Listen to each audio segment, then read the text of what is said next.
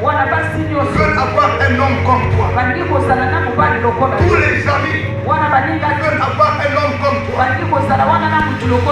Tout le monde veut t'avoir pour eux. Pourquoi je le dis ça? Il y a une femme qui a dit, il ne faut pas épouser les pasteurs. Il faut pas épouser ceux qui sont dans les 5 ministères. Parce que ces personnes qui aiment plus leurs adeptes que d'aimer leur femme à la maison. Je vais dire une chose à maman Sarah. Non, pasteur, il n'y a personne qui va renvoyer les 5 ministères. Parce que la vie de Christ qui est en eux, ça attire. La Bible dit lorsque le Fils de l'homme sera élevé, lui qui est la vraie lumière, qui a quitté le ciel, quand il sera élevé, il attirera des foules. Jésus-Christ est une lumière en nous. Quand il habite abondamment en nous, alors nous attirons des foules. Quand un pasteur brille, il a l'onction. Même les femmes mariées n'ont plus le contrôle. Tout le monde veut être la femme du pasteur. Tout le monde veut aller avec le pasteur. C'est pas le pasteur, c'est la lumière de Dieu qui est dans le pasteur. Or, comme Dieu vient dans la vie d'un homme, il n'apporte pas la lumière, mais il est lui-même lumière. Il est lumière lui-même. Il vient pour t'éclairer. Il vient pour apporter la lumière là où les ténèbres étaient installées. Et lorsque les ténèbres sont installées dans la vie d'une personne, vous allez remarquer les signes. La première des choses, il va avoir des problèmes avec son environnement. Écoutez-moi très bien. Les signes des ténèbres dans la vie d'une personne. Quand vous remarquez ces signes, priez, cherchez la présence de Dieu. La première des choses que les ténèbres emmènent dans votre vie, c'est l'obscurité dans ton environnement. L'environnement familial, l'environnement de l'église, l'environnement de l'école ou du travail. Il va te mettre en désaccord avec certaines personnes qui peuvent te venir au secours dans les conditions ou les moments durs. Il te met en discorde avec celui qui te soutient en prière. Faites attention. Ne soyez jamais en discorde avec votre pasteur. Chaque fois qu'il y a un problème qui veut s'élever avec ton pasteur, tu dois comprendre que c'est le diable qui s'est levé. Parce que la première personne qui veut crier et que l'Éternel intervienne vite, c'est le combat des maîtres, je vous avais dit, c'est ton pasteur. Et réglez vite avec votre pasteur. Bienvenue dans le Seigneur. Je vous ai parlé des hôtels ici. Le gardien de l'hôtel, c'est le pasteur. Chaque fois que je marche mal avec le pasteur, dis-toi que l'ennemi va t'enfoncer dans les ténèbres. Si tu crées des problèmes avec ton environnement, il va commencer maintenant à toucher ta santé.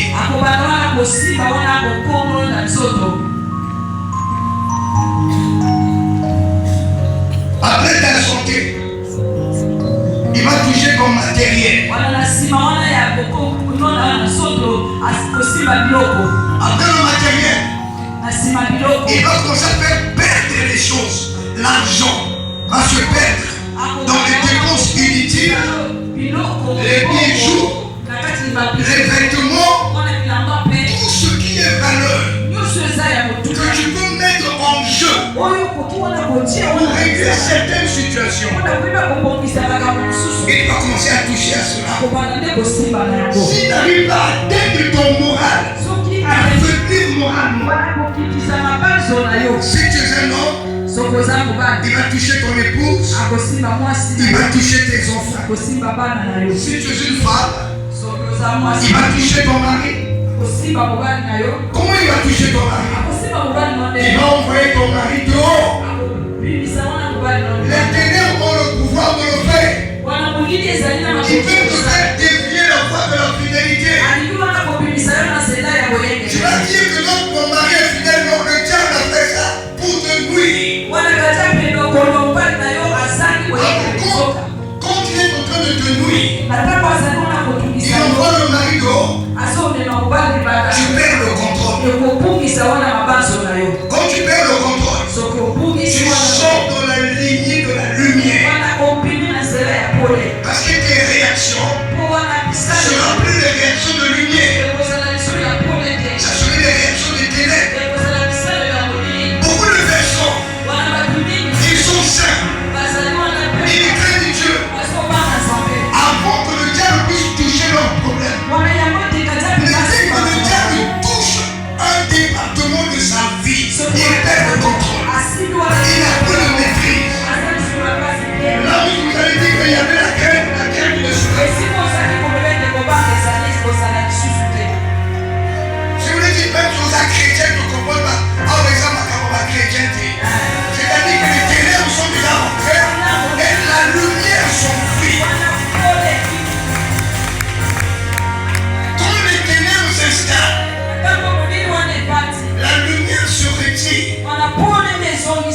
Alors vous enfoncez dans les ténèbres. Mais ce n'est pas le cas pour nous. La Bible dit que nous sommes des enfants de la lumière. Nous devons garder cette lumière dans notre caractère,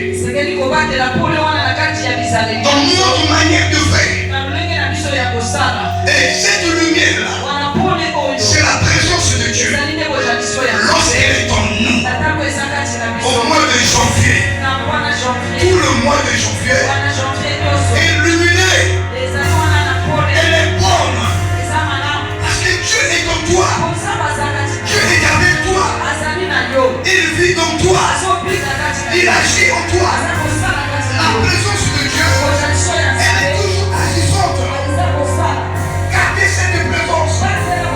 Que personne ne vous arrache cette présence. Et croyez à cette présence. Dieu m'a dit un jour, je suis toujours là. Je vais expliquer des choses. Pendant que j'étais en prière, la seule chose qu'il m'a dit, je suis toujours là. Quelqu'un qui te dit que je suis toujours là. Celui-là t'a dit, il est au contrôle. Il est au contrôle. Même quand l'ennemi s'élève, même si tu as mal, il est au contrôle. C'est bon quand Dieu est au contrôle. Il ne faut pas que Dieu échappe au contrôle dans ta vie. Et si le contrôle, c'est pas de loin, c'est de près. Voilà pourquoi je peux espérer. Je peux dire l'amour va passer par moi. Parfois tout le monde est désespéré. Le moral est éteint par les ténèbres. On perd l'espoir et l'espérance. On se dit qu'est-ce qui arrive. J'ai maintenant appris à réfléchir avec Dieu. Parfois je suis au ciel. Quand tu m'emmènes les causeries de la terre, je vois que c'est un chien qui est en train d'envoyer à côté de moi. Apprenez à causer avec Dieu. Apprenez à être en contact avec la lumière. Apprenez à causer, c'est-à-dire ayez des pensées avec Dieu de la manière du ciel. C'est-à-dire que vous devez croire, avancer, grandir dans la relation avec la lumière. Essaie de penser comme Dieu pense. Causer avec Dieu. Quand la lumière descend dans l'ombre, cette personne est éclairée. Alors les ténèbres font quoi? Ça s'échappe. On ne chasse pas les ténèbres normalement. Cher prédicateur, on ne chasse pas les ténèbres. Mais on appelle la présence de Dieu. Et les ténèbres disparaissent. La Bible dit, il y avait des ténèbres sur la surface des eaux. Dieu n'a pas chassé les ténèbres. Mais il a appelé la lumière. Et quand la lumière est arrivée, ça a éclairé les ténèbres. Et les ténèbres ont perdu leur valeur. Si tu vois que Dieu est dans les ténèbres, appelle la lumière. Appelle Dieu qui est la lumière. Ne passez pas votre temps à chasser la lumière. Tu vas chasser la lumière. Et pour que les ténèbres, mais si la lumière n'est pas avec toi, ce qui fait disparaître les ténèbres, c'est la lumière. Prophète, éteins la lumière.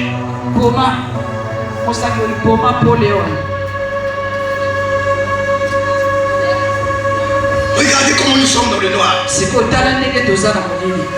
Maintenant tu te mets à chasser les ténèbres, tu perds ton temps. Tu dis ténèbres, 20 ans. 20 ans. Tu perds ton temps, je vais expliquer tout à l'heure. Prophète met la lumière. Est-ce qu'il y a encore les ténèbres? C'est la présence de la lumière qui a chassé les ténèbres. Si les ténèbres dans ta vie, c'est la maladie, et que Dieu est la lumière, quand tu es malade, tu appelles Dieu, la maladie s'en va. Donc ce qui compte plus, c'est la présence de Dieu.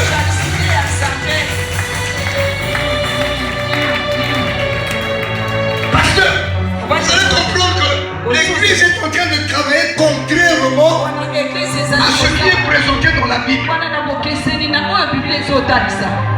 On m'a bloqué. C'est les ténèbres qui m'ont bloqué. Mais si la présence de Dieu, qui est la lumière, s'assoit en moi, les ténèbres qui m'ont bloqué, fait quoi? On n'aura pas le temps de dire je te lis. On n'aura pas le temps de dire je te bloque. On n'aura pas le temps de dire je te détruis. On n'aura pas le temps de détruire les auteurs, les liens. Pourquoi? Quand la présence de Dieu est vivement dans la vie d'une personne, aucun ténèbre ne peut régner. Ainsi, vous allez voir, les nations qui étaient dans les ténèbres ont vu une grande lumière. Ceux qui habitaient la vallée de l'ombre de la mort, qui est symbole de ténèbres, ils ont vu une lumière. Et cette lumière qu'ils ont vue, c'est quoi? Ou c'est qui? C'est Jésus-Christ. Lorsqu'il vient dans le monde, il vient pour éclairer. Parce qu'il dit que je suis la lumière du monde. Il dit que celui qui croit en moi, il sera éclairé comme moi. Les nations qui ont été dans les ténèbres, ils ont commencé maintenant à voir le nom de Jésus. Je repars à ma prédication du dimanche. Je vous ai dit que chaque nation invoquait son Dieu. Selon Michée chapitre 4 verset 5. Nous on avait un Dieu. Ils avaient leur Dieu. Le Gabon avait leur Dieu. L'Éternel était seulement le Dieu d'Israël. Il a éclairé Israël avant que Jésus-Christ ne vienne.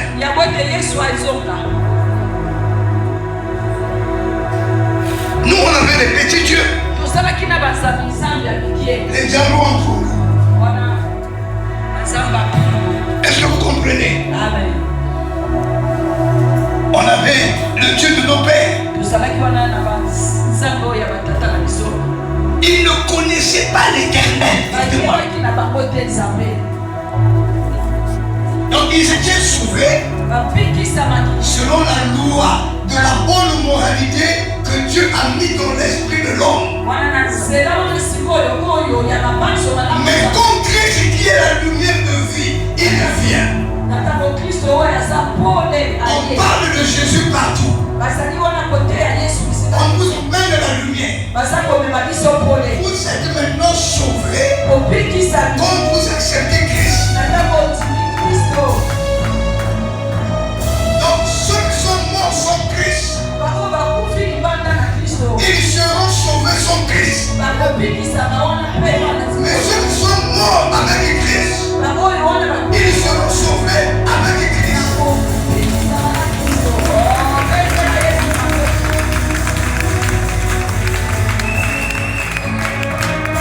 Donc ne t'en fais pas pour te convaincre.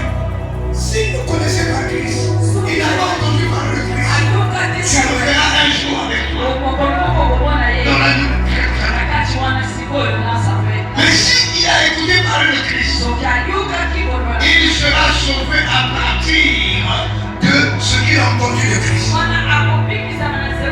Parce que Christ est venu pour nous éclairer. Nos parents étaient dans les ténèbres. Ils seront sauvés selon le ténèbre qui est en eux. Nous avons connu la lumière. Ainsi la Bible dit que hier, Dieu a parlé par les prophètes. Mais aujourd'hui, il parle par le Christ.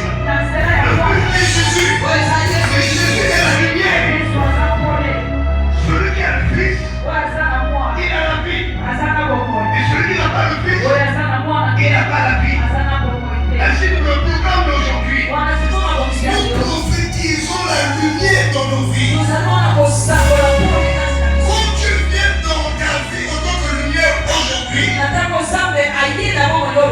c'est pour préparer un futur lumineux.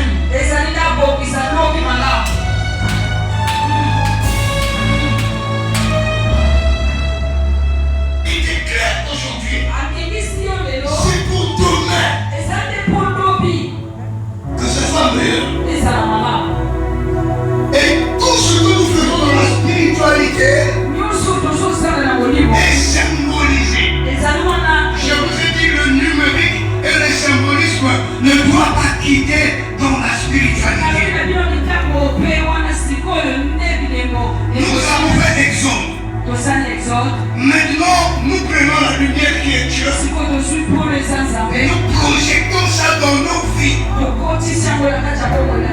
Pour le futur. Regardez. Si je me mets ici, il y a la lumière qui est là. Vous savez que la lumière attire quoi? Les insectes. La lumière attire les choses. Et si Dieu est la lumière, et celui qui m'éclaire, tout ce qu'il a, il projette ça sur moi. Moi aussi je deviens lumière. Les insectes qui vont attirer, ils viendront jusqu'à moi. Parce que lui, il m'a communiqué sa vie lumineuse.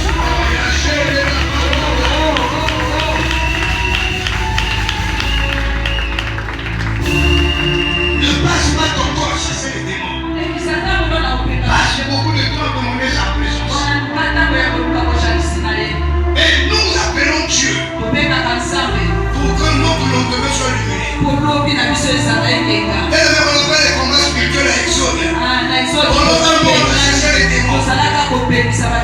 Nous avons appelé Dieu pour qu'il éclaire nos vies. Et la prière d'aujourd'hui, c'est ça. Je éclaire ma vie. Pour que les jours venus soient plus meilleurs que les jours passés. Et celui qui fait ça très bien, c'est celui-là qui vivra la gloire de Dieu. Ne n'ignorez pas ça. Vous savez pourquoi beaucoup de gens sont surpris? Parce qu'ils attendent qu'il y ait des conséquences et qu'ils puissent se réparer. Beaucoup repartent seulement. Or, il faut prévenir. Pierre est sorti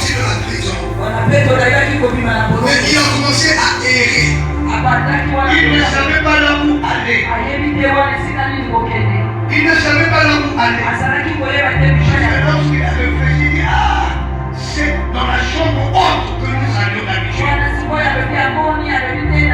Et quand il est allé dans la chambre haute, il a retrouvé tout le monde.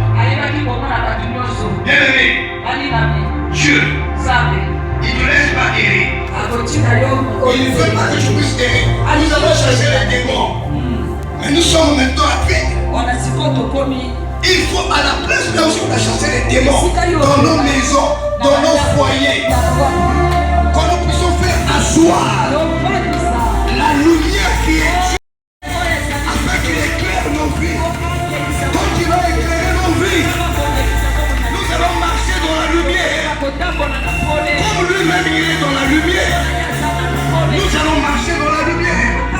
Celui qui marche dans la lumière, les ténèbres ne peuvent pas l'envahir. Celui qui marche dans la lumière, je peux voir ça c'est Maman Iguette. Je peux voir ça sur le frère Emmanuel. Je peux voir ça c'est Théi. Celui qui est dans la lumière, il se fait remarquer. Celui qui est dans la lumière, on peut le noter. Celui qui est dans la lumière, on peut l'acclamer. Celui qui est dans la lumière, on peut reconnaître ce qu'il fait. Beaucoup de personnes, on ne reconnaît pas ce que vous faites parce que vous êtes dans la lumière. C'est les ténèbres qui viennent couvrir notre lendemain. Ce soir, nous allons être illuminés par la présence de notre Dieu. Ainsi dans ce programme, nous allons donner une lumière pour éclairer nos vies. Nous allons beaucoup prophétiser. Nous allons beaucoup parler. Nous avons perdu l'habitude de prophétiser sur nous. Mais nous avons gardé l'habitude de chasser les démons. La démonologie est biblique. La Bible dit qu'au dernier temps, faites attention. Qu'on ne vous emmène pas l'évangile de la démonologie. Parce que vous avez tendance à dire que Satan est plus puissant que Dieu. Oh, si tu vas là-bas, il va te gagner. Donc toute l'onction que j'ai là, Satan va écraser ça seulement. Si je suis un enfant de la lumière, je vais quelque part où il y a les ténèbres. Je dois leur communiquer ma lumière. Ils ne communiqueront pas les ténèbres. Ils vont me communiquer les ténèbres. Pourquoi? Alors que moi j'ai la lumière. Et quand la lumière est là, les ténèbres disparaissent. Si tu peux te marier, tu peux travailler, tu peux faire des affaires, tu peux avoir le visa, tu peux avoir le commerce, tu peux avoir les enfants. La Bible dit que le peuple qui marchait dans les ténèbres a vu une grande lumière. Lève-toi et sois éclairé. Ce qui veut dire que pour la décision de vivre Dieu en toi, prends la décision de vivre Dieu en toi. Ta lumière est là. Ça est en train de te chercher. Il reste à toi maintenant de jouer le rôle de ce grand homme, ce grand enfant de Dieu. Prends la décision. Sois inspiré par le vouloir de vivre sa présence glorieuse qui nous apporte la vie. Et ce soir, c'est ce que nous allons faire. Si tu es là, lève-toi. On acclame très fort le Seigneur.